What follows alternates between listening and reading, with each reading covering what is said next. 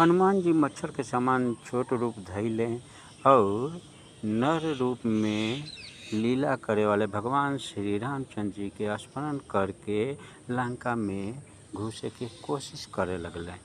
तबही वहाँ लंकनी नाम के एगो राक्षसी रहत रहे और वो बोललस कि हमरा के निरादर करके हमरा से बिना पूछले कहाँ जा रहल बाड़ा। हे मूर्ख, तोरा मालूम नइखे हमार भेद नइखे जानत। जहाँ चोर रहेला वहीं से हमरा आहार मिलेला। महाकवि हनुमान जी ने ओकरा के एक घुसा मरलन, जौना से उ खून के उल्टी करके पृथ्वी पर लुढ़क गई। उ लंकनी फिर अपने के संभाल के उठल और डर के मारे हाथ जोड़ के विनती करे लागल और कहलस, रावण के जब ब्रह्मा जी वर देहलें तब चलते समय उ हमरा के राक्षस के विनाश के पहचान बतौले रहले। जब तू बानर के मारला से व्याकुल हो जइबे तो तू राक्षस के संहार हो जाई ई जान लिए। हे तात, तोहरा के देख के हमारा बहुत पुण्य के बात मिलल बारा कि श्री रामचंद्र जी के दूत अपना नेत्र से हम देखत बानी। हे तात, स्वर्ग और मोक्ष में सब सुखों के तराजू पर एक पलड़ा में रखल जाओ तो भी सब मिलके दूसरे पलड़ा में रखल उस सुख के बराबर ना हो सकेला जौन एक क्षण मात्र के लिए भी सत्संग से होला। सियावर रामचंद्र की जय। हे गुरु जी, सुमेरु पर्वत ओकरा खातिर रज के समान हो जाला जेकरा के श्री रामचंद्र जी एक बार कृपा कर देवेलन। तब हनुमान जी बहुत ही छोट रूप धारण कैलन और भगवान के स्मरण करके नगर में प्रवेश कर गईलन। उ एक एक करके महल के खोज कैलन, जहाँ तहाँ असंख्य योद्धा देखले। फिर उ रावण के महल में गईले। उ अत्यंत विचित्र रहे जेकर वर्णन नइखे हो सकत। हनुमान जी वो सन रावण के शयन करते सुतल देखलें, परंतु महल में जानकी जी ना दिखाई देली। फिर एक सुंदर महल दिखाई देलस। वहाँ वो भगवान के एक अलग मंदिर बनल रहे। वो महल श्री राम जी के धनुष बाण के चित्र से अंकित रहे। ओकरा शोभा वर्णन नइखे कइल जा सकत। सियावर रामचंद्र की जय। वहाँ नवीन नवीन तुलसी के वृक्ष समूह में देख के कपिराज श्री हनुमान जी बड़ा खुश भइले। लंका तो राक्षसन के समूह के निवास स्थान है। यहाँ सज्जन साधु पुरुष कहाँ से निवास कहाँ से करिहन। हनुमान जी मन में इस प्रकार के तर्क करे लगले। वही समय विभीषण जाग गईले। राम नाम विभीषण जी राम नाम के स्मरण के उच्चारण कैलन। तब हनुमान जी ने ओकरा के सज्जन जान के हृदय से बड़ा खुश भइले। हनुमान जी विचार कैले कि इनसे हट करके परिचय करब, काहे से कि साधु से कोनो काज के हानि ना होला। ब्राह्मण के रूप धारण करके हनुमान जी उनके बुलौले तो सुनते ही विभीषण जी वहाँ आ गईले। प्रणाम करके कुशल पूछले और हे ब्राह्मण देव, अपनी कथा समझा के कहीं क्या आप हरि भक्त में कोई बानी? काहे कि आपके देख के हमरा हृदय में अत्यंत प्रेम उबर रहल बा। अथवा आप दिनों के प्रेम करे वाला स्वयं श्री राम जी ही तो नइखी जे हमरा के बड़भाग बनावे खातिर हमरा घरे बैठले दर्शन देवे आ गईले। तब हनुमान जी श्री रामचंद्र जी के सारी कथा कह के आपन नाम बतौले। सुनते ही दोनों के भी शरीर पुलकित हो गई और श्री राम जी के गुण समूह के स्मरण करके दोनों के मन में प्रेम और आनंद से मग्न हो गई। सियावर रामचंद्र की जय। विभीषण जी कहले, हे पवनपुत्र, हमार भी सुना। हमार रहे के यहाँ वैसे ही रहता है जैसे दांत के बीच में बेचारी जीभ रहेले। हे तात, तो हमरा के अनाथ जान के सूर्यकुल के नाथ श्री रामचंद्र जी का कभी हमरा पर दया करीहन, कृपा करीहन। अब मेरा तामसी राक्षस शरीर होखे से साधन तो कुछ बनत नइखे और ना मन में श्री रामचंद्र जी के कमर चरणों में प्रेम ही बा।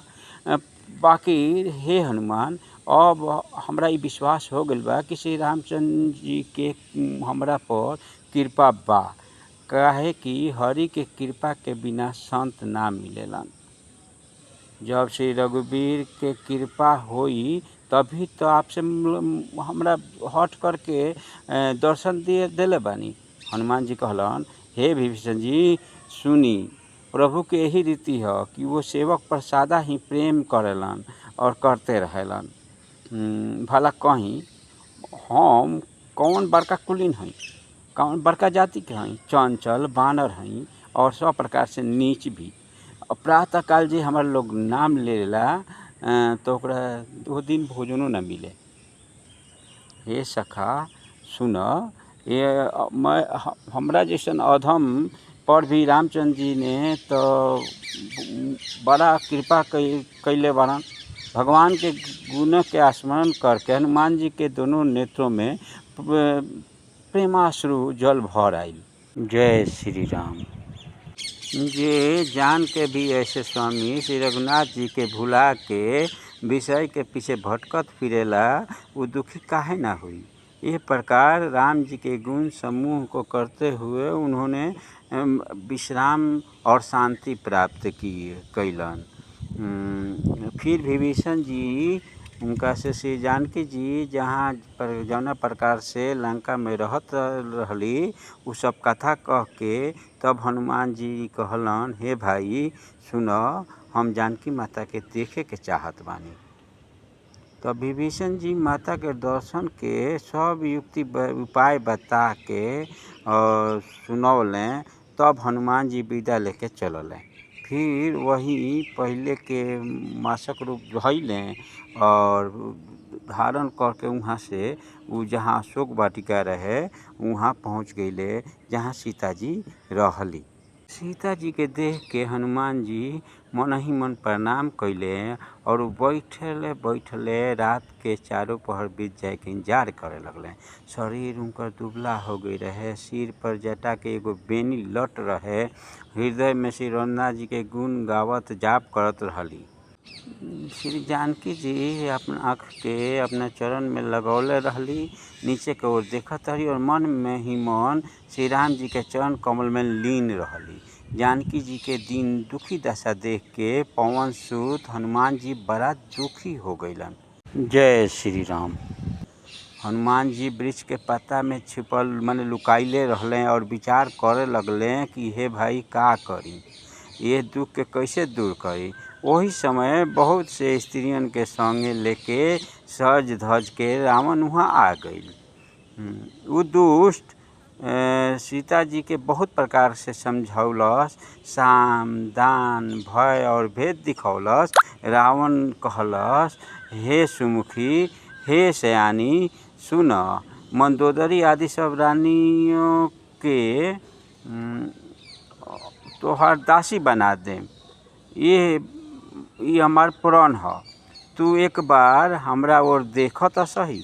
अपने परम सने कौशलाधीश श्री रामचंद्र जी के से स्मरण करके जानकी जी तिनके की आर पर्दा करके कहे लगली, हे दशमुख सुन, जुगनू के प्रकाश से कहीं कमलिनी खिल ना सकेले।